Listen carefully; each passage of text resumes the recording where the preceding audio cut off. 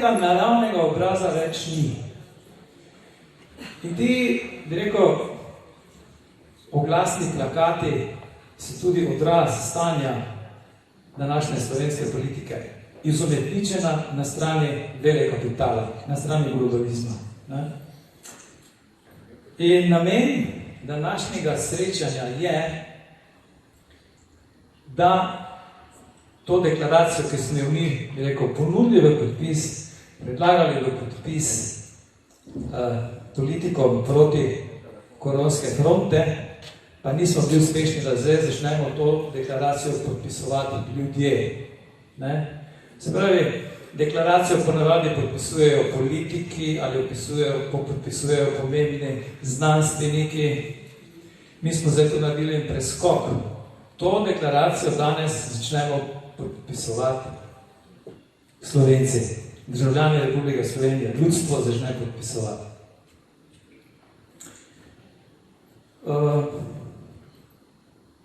Potem, danes bomo dobili podpise, tisti, seveda, ki ste tukaj, ki boste želeli podpisati, boste podpisali, potem pa se bo podpis te deklaracije nadaljeval na naši spletni strani, Triglav Media, kjer bodo lahko ljudje podpisovali, tako da prosim, da tudi njih, vaše prijatelje in to spodbudite, da jo podpišejo, kajti gre za akt. Podpis pomeni, veste, dokler mi govorimo, rečemo, recimo, takrat so bili vsi, ko so bili tle, so rekli, ja, mi smo za, ne. Koliko je pa treba podpisati, je pa to materializacija privolitve, je podpis, ne. Zato, če ti nekaj podpišeš, potem tudi pravno odgovarjaš, ne. In tu smo potem pa videli, da se je nekako v tem stvar ni uspešno iztekla in jaz sem dobival veliko pisem in tudi telefonov, Srečko, ta deklaracija mora biti podpisana. No in potem, to so bili kar težki dnevi zame. In enkrat ob 3 zjutraj sem se zbudil, mislim, da je bilo pol 3. In mi je šila ta misel, ja, okej, pa naj to deklaracijo podpiše ljudstvo. Ne? In potem sem drugi dan vprašal Brankota Gradišnika in pa dr. Tomaža Masnaka, kaj vi pa mislite o tem, ne? Mi trije smo pač bili glavni ustvarjalci te deklaracije in ste rekla, ja, dajmo narediti to. Kajte, deklaracija zaživi takrat, ko jo nekdo podpiše. Prej je samo predlog, nima svojega lastnega življenja, ne? To je zdaj zelo pomemben akt, kajti za človeškim podpisom deklaracija začne živeti. In hvala, da ste prišli. Imamo še par minut časa, potem pa začnemo z predstavitvijo deklaracije, z podpisovanjem deklaracije, potem pa sledi ostali program. V Sloveniji imamo precej, mislim, kar lepo število zelo kvalitetnih knjig o tem, da je koronska kriza prevara, o tem, da v bistvu gre za največji zločin na tem planetu, ki je bil do zdaj storjen.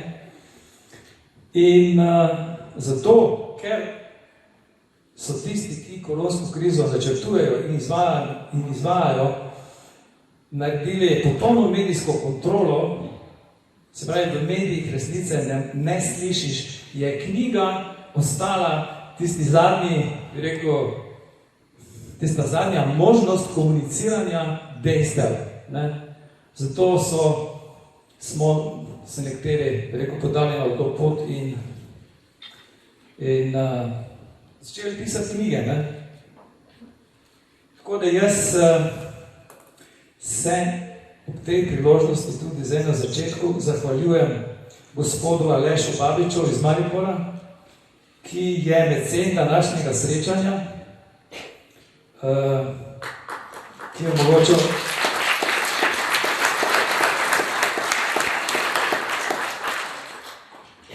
da se danes ta deklaracija začnem podpisovati. Hvala. Aleš.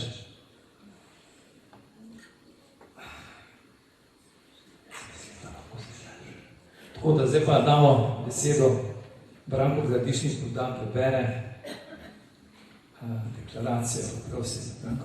Najprej vas tudi jaz pozdravim.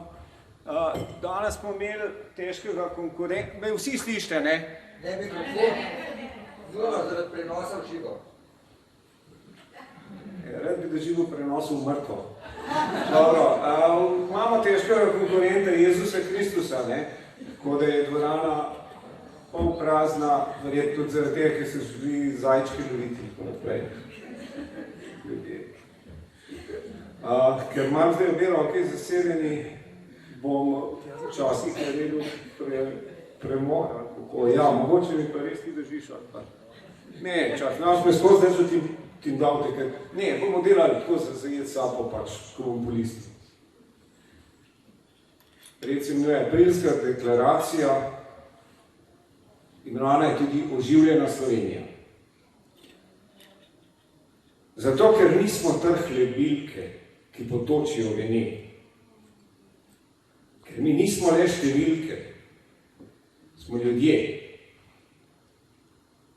Če ljudi bi ne bilo pri nas, ljudi, ki ne ubogajo na vsak ukaz, tedaj bi nas že kdaj odnesel glas. To sta dva odlomka iz slovenske pesmi Karola Bestovnika Kajuha.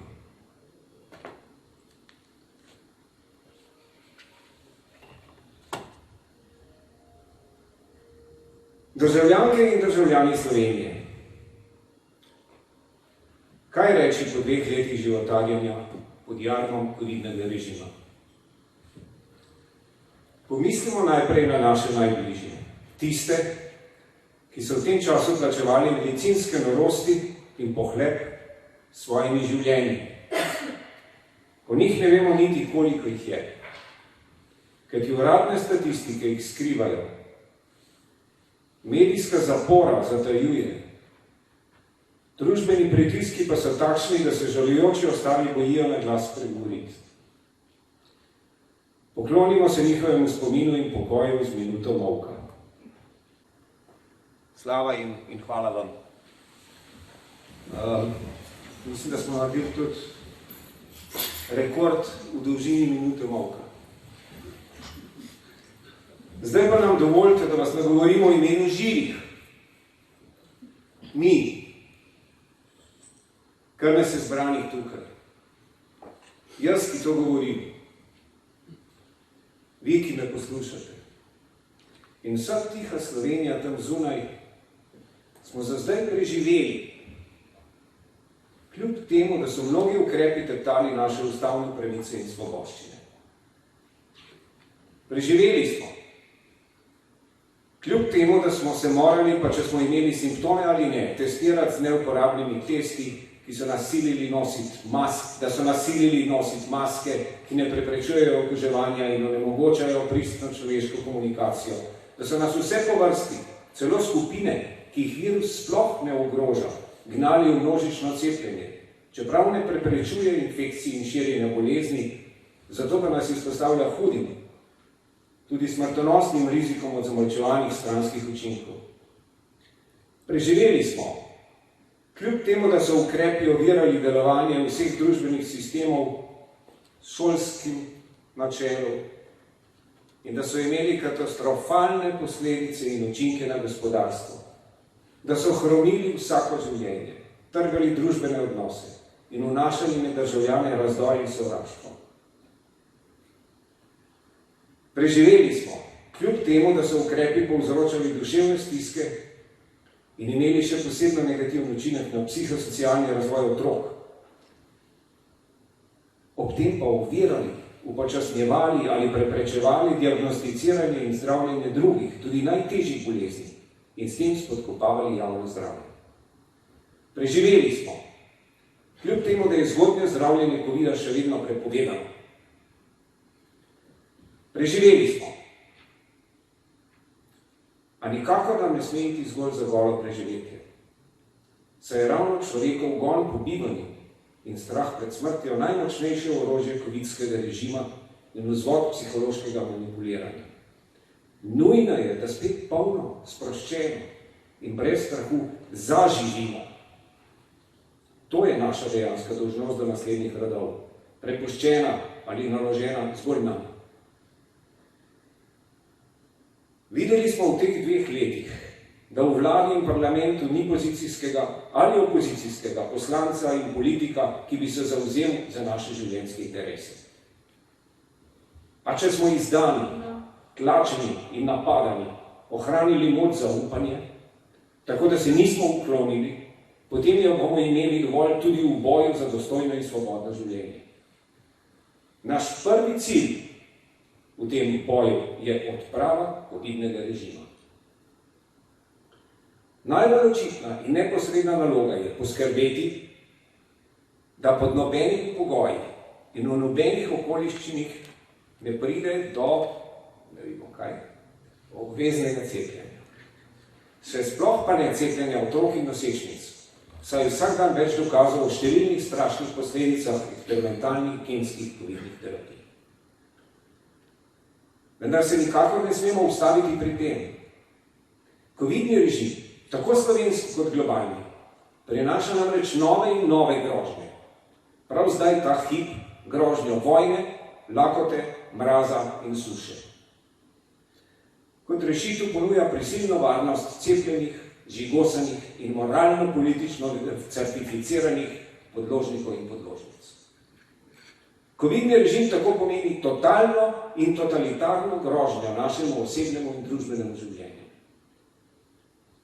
Svojo idejo o bioelektronskem nadzoru nad ljudskimi množicami, v katerih vidi le črede biomedicinsko krotljivih in poslušnih živali, režim spodkopava temelje normalnega, svobodnega, obzirnega in spoštljivega sobivanja v različnosti. Da bi to preprečili, si moramo kot ljudstvo ponovno izbojevati besedo pri urejanju naših skupnih zadev, se pravi v politiki in v parlamentu.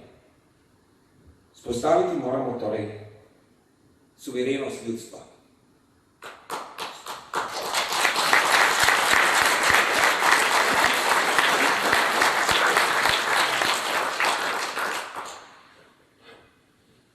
Suverenost ljudstva je temelj suverene države.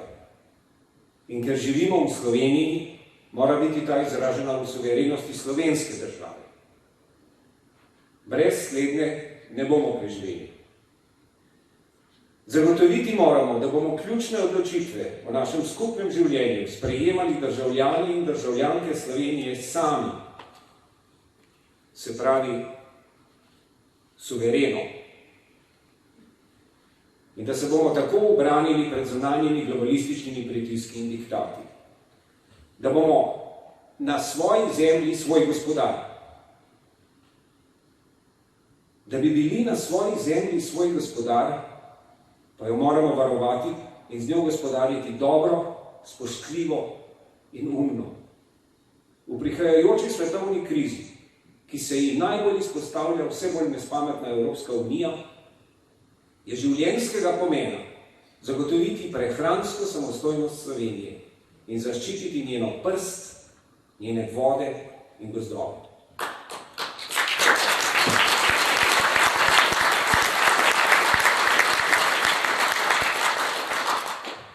Glede na dane možnosti si moramo čim bolj prizadevati tudi za energetsko samozadostnost.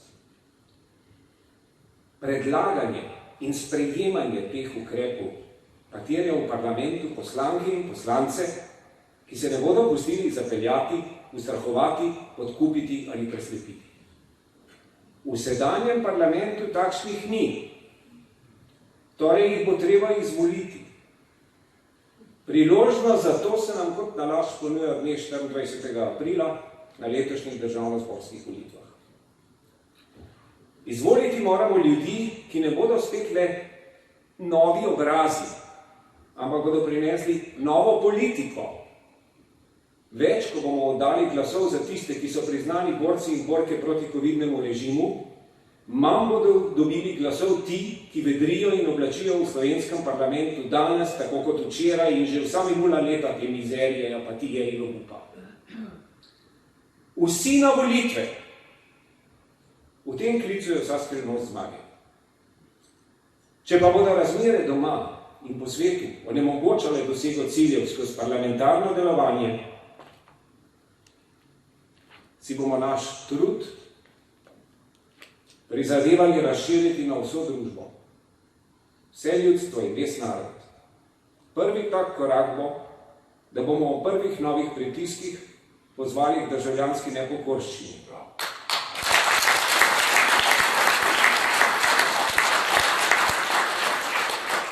Nenasilnemu odporu proti covidnim ukrepom vseh vrst. Maske bodo padle, brž ko jih bomo sneli.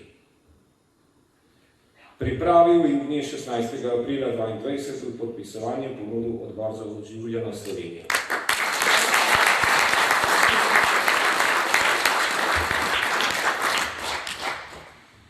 Jaz vadim zdaj, koliko rečem, očeta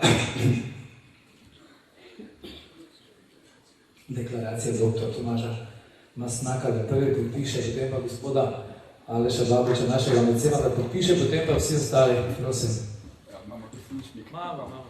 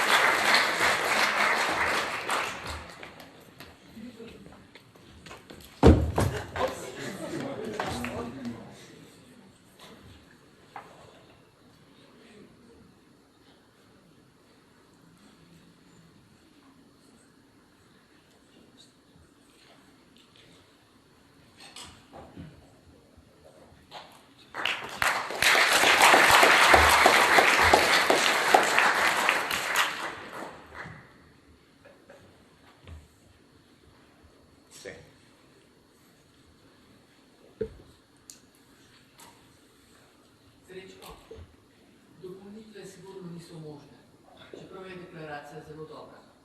Ni dovolj podpisana, ampak mora biti tudi srčno doživeti. Ena stvar manjka. Ti, ki jih bomo volili, morajo biti suvereni. To je bilo rečeno. Dajmo zdaj podpisati, prosim, pa potem, dajmo prosim podpisati, pa dajmo potem govoriti, dajmo to zdaj te podpise upraviti. Prosim. Deklaracija je tukaj, podpiši jo. Srečko je že prvi podpisal, še potem pa se bomo pogovarjali. Šala.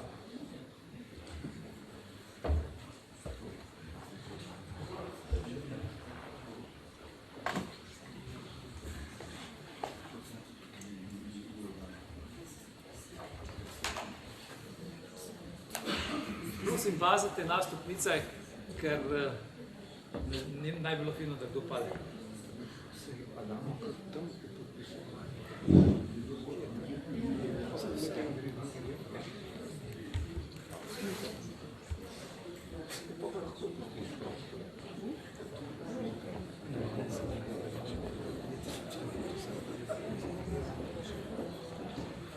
Tako da med podpisovanjem tisti, ki so podpisali, seveda lahko malo se tudi pogovorite z drugimi, potem pa, ko bomo vsi podpisali, pa dober dan, pa gremo naprej s programom in tudi z debato in vse porežno.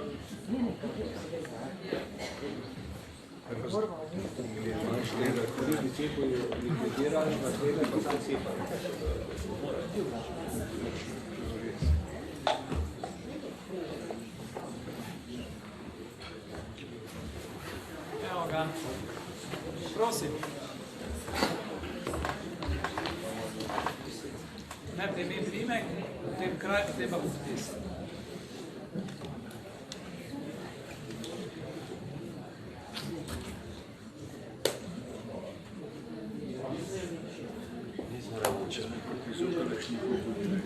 Kar naprej.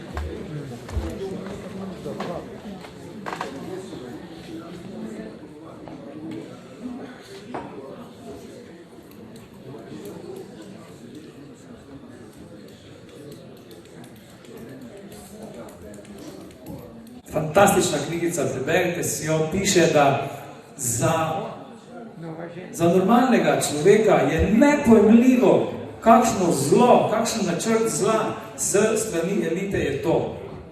In res je. Ne? Ta zadeva je zamišljena tako praktično, da nam ljudem vzame to bistvo, kar mi smo ljudje. Nas hočejo robotizirati.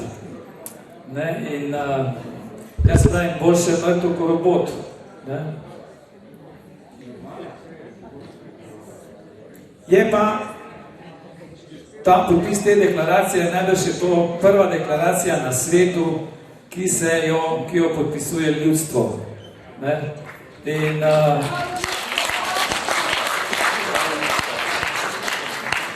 lahko ste ponosni, da ste prišli, ponosni nase, ponosni na nas in ponosni na našo državo, na našo pokrajino, na vse.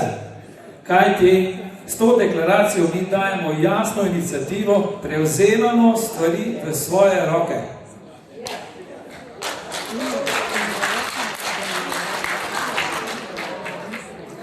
Nobena od političnih strank, ki so danes v parlamentu,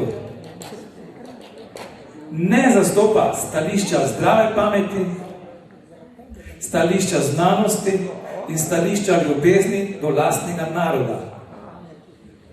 Nadaljevanje če se je koronska kriza zdaj 2 leti dogajala, ok, vsak, ki ima kognitivne sposobnosti minimalno razvite, je zdaj lahko uvidel, da gre za prevaro. To pomeni, nadaljevanje koronske krize jeseni je zločinsko dejanje. Se razumemo? In spet danes se peljal z avtom, pa pravi 1400 okuženih. To so absolutne laži, ne razumete? Nam že 2 leti lažejo s temi okužbami, s temi testi. V bistvu si je elita sposobila medicino za to, da izvaja zločinski projekt nad celim planetom. Ne? Nič od tega ni res.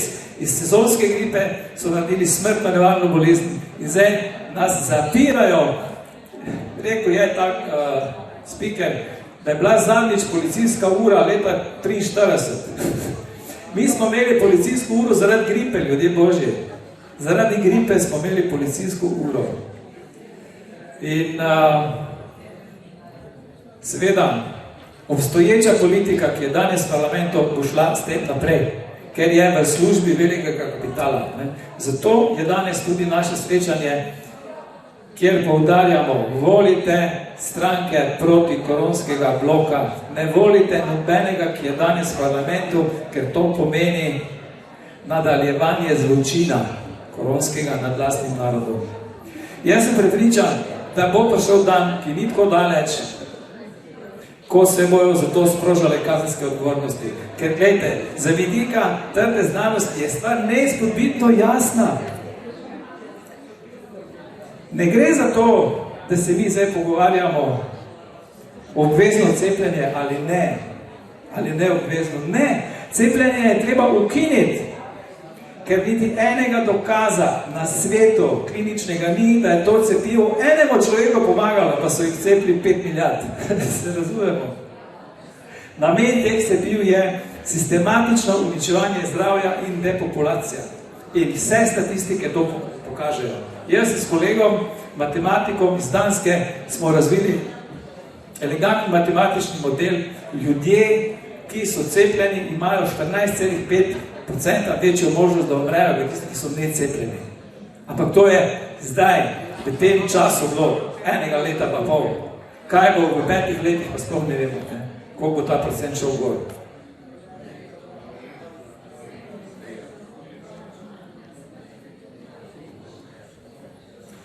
Imamo še 10 minut podpisovanja, pa gremo naprej s programom.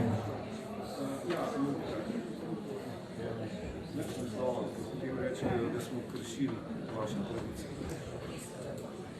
Čeprav vem, kaj pa če šokaj piše napačno, pa to vse ne vem.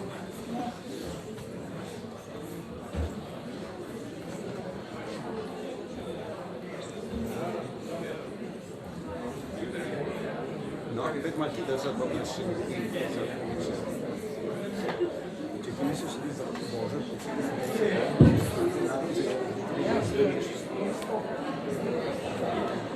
torej malo za komičen oddih. Ni popolnoma komičen oddih, no, ampak vendarle. Prej smo slišali Srečka, ki je v napadu vihravosti rekel, da bo vzel avtobus in se bo prepeljal po celi Sloveniji in bo zbiral podpise. Zdaj vas prosim, malo pomislite.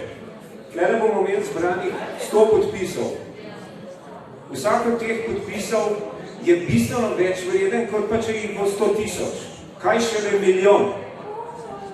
Čez 50 let bojo te podpise eni ljudje zbirali in bojo plačevali zanje, upam, v slovenskih dinarjih, pa ne vem, kaj bomo tega imeli, vsekakor ne v dolarjih, pa ne v evrih, in bojo neki vredni. In mislim, da lahko demokratično izglasujemo zdaj sklep, da ne drugi podpisniki, ki se jih danes ni ljubilo priti do sem, pač se elektronsko podpisujejo. Mi bomo pa ponosni lastniki zavesti, da smo se podpisali in da so naši podpisi tudi za vse večni čas spravljeni. Kdo je za, ne dvigne roke. Odlično, Srečko, 100% vsi so za to, da ti ni treba zbirati naprej ročnih podpisov, naj se elektronsko ljudje podpisujejo in mi bomo pa enkrat naredili faksimilno izdajo samo za vse vas in bom vsak del izdajo tega le. A je to dobra ideja? No. To pa ne Srečko pitila, če ne se ne ljubne, ampak vam pa je tak, vam pa vse naredi. Ok, sej jaz imam tudi precej dela na vrtu, tako da na vrtu pa ne se to elektronsko podpisuje, ne. Glejte, glede te deklaracije je tako, jaz tudi včeraj rekel Tomažu pa Branku, to je moja, kjer sodeluje moja prva pa zadnja deklaracija v tem življenju. Ne. Deklaracija je pomembna stvar, deklaracija je dosti več kot dogovor ali kot neka pogodba. Deklaracija pomeni privolitev in soglasje za nek dolgoročni načrt delovanja. Ne.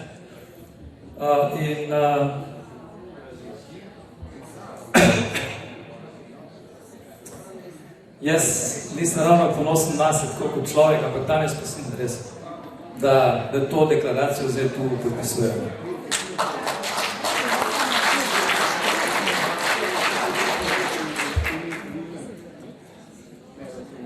Jaz drugače delam na področju teoretične fizike, pa mogoče zdaj tako malo za osvežitev, ne. Mi smo objavljali članek lani, da v bistvu je trajanje, ne, to pomeni trajanje, ko ti gledaš na uro, ne, nastopiš le takrat, ko ga merimo. To pomeni, če mi stvari ne merimo, če mi ne merimo tega mojega gibanja, zdaj od prve steklenice do druge, ne, če ga ne merimo, obstaja samo gibanje, ne obstaja trajanje. To pomeni, da mi živimo v večnosti. Rodimo se v večnosti, živimo v večnosti, umremo v večnosti, ampak se te večnosti skoraj nikoli ne zavemo. No in za celo to zgodbo stoji kar tak elegantni matematični model in jaz mislim, ko bo ta članek objavljen, ne vem, kdo čestito. Pa mi nihče ni čestito. No, danes pa so mi ljudje že čestitali, Srečko, super ste to naredili, tako da gledajte.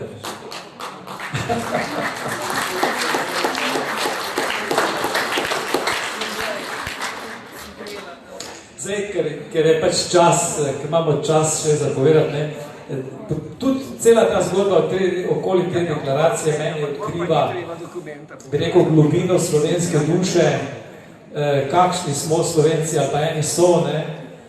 Sicer na srečanju, ki je bilo v Monsu 2. aprila, je bila huda kriz od nekaterih proti-covidnih aktivistov, da niso bili povabljeni. Ne? Zelo huda kriz je bila, ampak gledajte, jaz sem mogoče tudi koga sem gledal, potem sem videl, recimo, nekateri ljudi nisem povabil, pa so želeli priti, pa sem jih potem povabil, pa so jim dali besedo. Zdaj sem pa povabil vse tiste, ki jih zadnjič nisem povabil in dobivam zdaj sporočila, da so užaljeni, da sem jih povabil, pa jih nisem prej vprašal. Se predstavljate? Ne? In da sem jaz zdaj, to mi je gospa povedala, ko sem križal sebe, da sem zdaj jaz na družbenih omrežjih nek črni zloben fant, ne, ki nekaj dela po svoje. Tako da, gledajte, Lasema bela je, duša je črna. svašta. Svašta. Ja, ki pa je?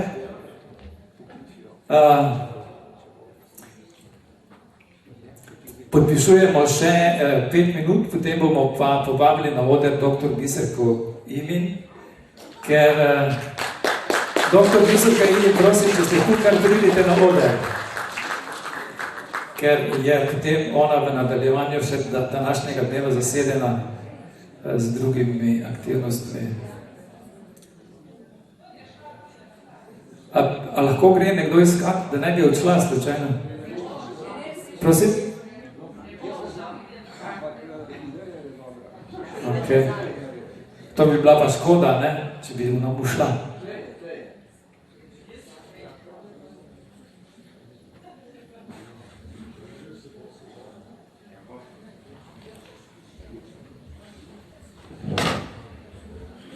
Potem druga taka cvetka je bila, da tudi nekoga, ki sem ga povabil, ne pride podpisati, je rekel, me vprašal, ta oseba me je vprašala, ja, koliko ljudi je pa to sestavljalo, ne? Sem rekel, oče te deklaracije, doktor Mastnak, midva, z Branko sva pa malo pač pomagala. Rekla, to ne mora biti, to ni vredo. Se pravi, jaz vidim pač v tej slovenski duši eno posebnost, zmeraj najti zgovor za to, da se dobre stvari ne zgodijo, ne? To je neverjetno. To je neverjetno.